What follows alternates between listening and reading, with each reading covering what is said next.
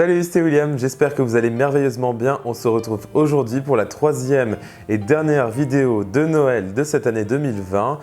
Et aujourd'hui, on va faire une recette qui me tient particulièrement à cœur puisqu'il s'agit d'un gâteau à étage.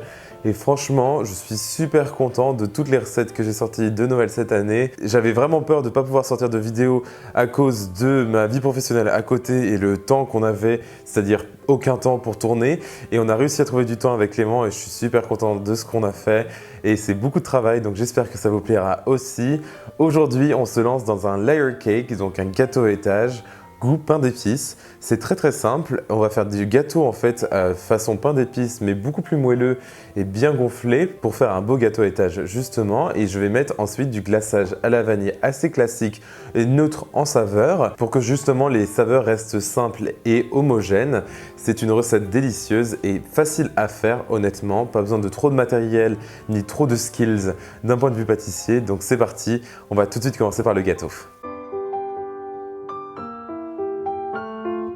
Comme prévu, nous allons commencer par le gâteau façon pain d'épices pour layer cake. Donc c'est une recette assez particulière et qui n'est pas exactement la même que mon pain d'épices que je vous ai partagé juste avant. Et n'hésitez pas à aller voir la vidéo du pain d'épices si vous ne l'avez pas encore fait. C'est une recette qui devrait plaire à tout le monde. C'était l'objectif absolu de ma recette de pain d'épices classique et basique.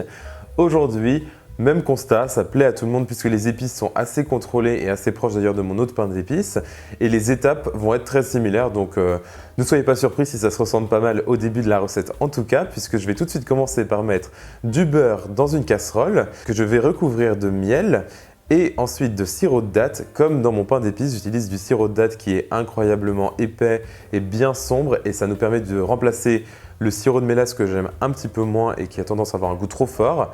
Du coup, je vous conseille d'aller acheter du sirop de date dans le commerce. Moi, pour ma part, je l'ai trouvé dans une épicerie iranienne à Paris, incroyable.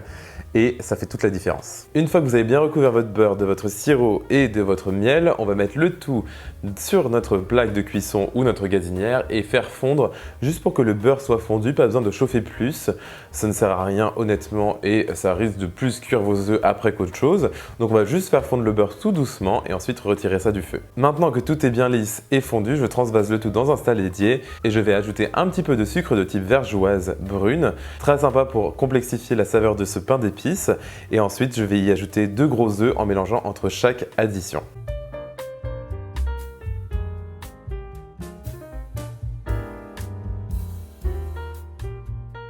C'est bien homogène, c'est magnifique. Maintenant, on va passer aux ingrédients secs et j'ai bien entendu de la farine pour commencer, à laquelle je vais ajouter à la fois de la levure chimique et du bicarbonate de soude. Cette combinaison va nous apporter un moelleux incroyable et surtout nos gâteaux vont bien gonfler au four. Et ensuite on peut bien sûr passer aux épices, très important dans un gâteau façon pain d'épices.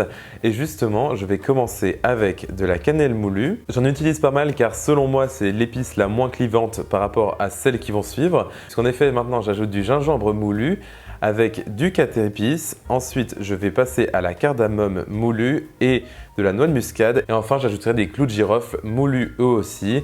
Et on va mélanger le tout avec une cuillère pour que notre levure et bicarbonate de soude soient bien répartis dans la farine.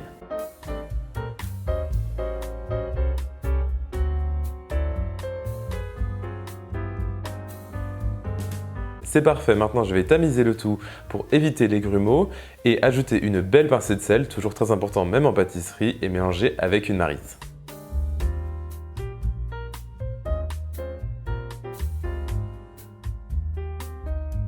Ma préparation est bien homogène, c'est magnifique. Derniers ingrédients, j'ai oublié d'ajouter de la vanille et je le fais toujours même si ici il y a une abondance de saveurs avec toutes ces épices, il faut quand même un petit peu de vanille et j'ajoute aussi du lait entier, tout simplement pour apporter toujours plus de moelleux à notre gâteau et vous allez juste mélanger une dernière fois avant de remplir votre moule à gâteau.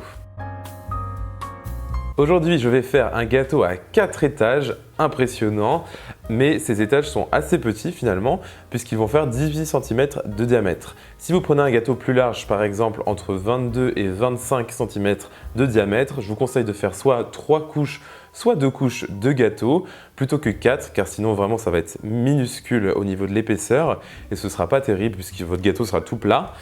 Comme vous voulez, honnêtement, c'est votre cuisine, donc vous faites ce que vous voulez, ça c'est clair.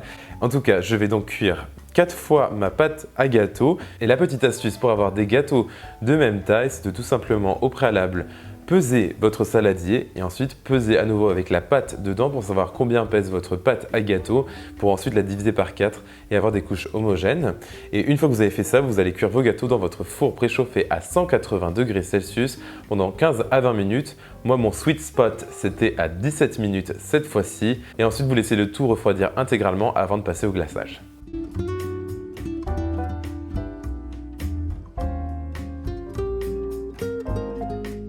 Nos couches de gâteau sont bien gonflées, bien belles, bien propres et bien à température ambiante. Il est temps de passer au glaçage, très simple, puisqu'on va faire une sorte de cream cheese frosting et finalement au miel, cette fois-ci pour ajouter une petite complexité de saveur qui va très bien avec le côté pain d'épices. Et donc je vais tout simplement battre ici mon cream cheese avec du miel et de l'extrait naturel de vanille et je vais battre le tout avec un fouet pendant environ 2-3 minutes pour détendre le tout.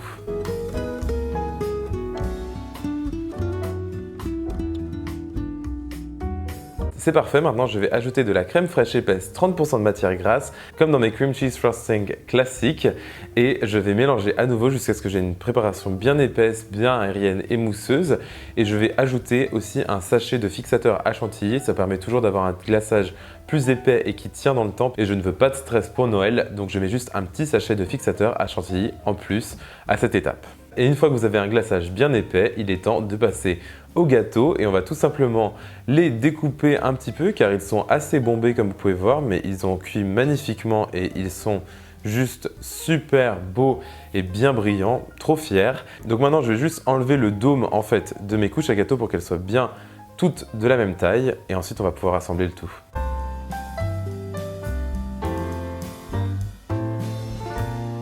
Il est temps d'assembler notre gâteau à étage et honnêtement, rien de plus simple. Vous connaissez la chanson si vous me suivez depuis longtemps sur YouTube. Je vais juste alterner les différentes couches entre gâteau et glaçage. Et je ne vais pas faire plus simple que ça puisqu'en effet, je ne vais pas décorer les bords du gâteau. Je vais rester ici en mode naked cake. Oui, c'est un Noël un petit peu olé olé cette année, mais c'est aussi simple que ça. Ensuite, on va faire quelques spirales sur le dessus du gâteau et je ne vais clairement pas me prendre la tête puisque on a suffisamment de stress avec tout le repas de Noël cette année.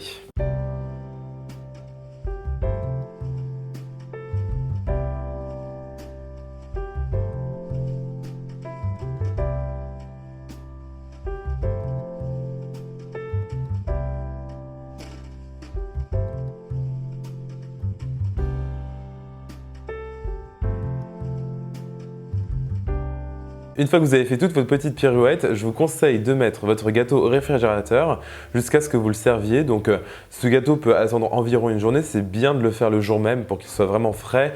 Mais au pire des cas, il peut être consommé le lendemain puisque le gâteau est extrêmement moelleux et le glaçage va apporter du moelleux du coup dans le gâteau. Mais je vous conseille ensuite, avant de le servir, de saupoudrer légèrement le dessus du gâteau avec de la cannelle moulue, tout simplement pour faire un petit effet un peu festif, pain d'épices classique. Vous connaissez le mood. Et ensuite, je vais ajouter des petits bonhommes en pain d'épices trop mignons que j'ai fait au préalable. Bien sûr, vous n'avez pas besoin de vous prendre la tête et en acheter dans le commerce si vous en trouvez. Mais sinon, vous pouvez faire ma recette de petits bonhommes en pain d'épices que je vous ai partagée il y a maintenant 2 ans, que je sais que vous adorez. Donc n'hésitez pas à aller regarder la vidéo aussi.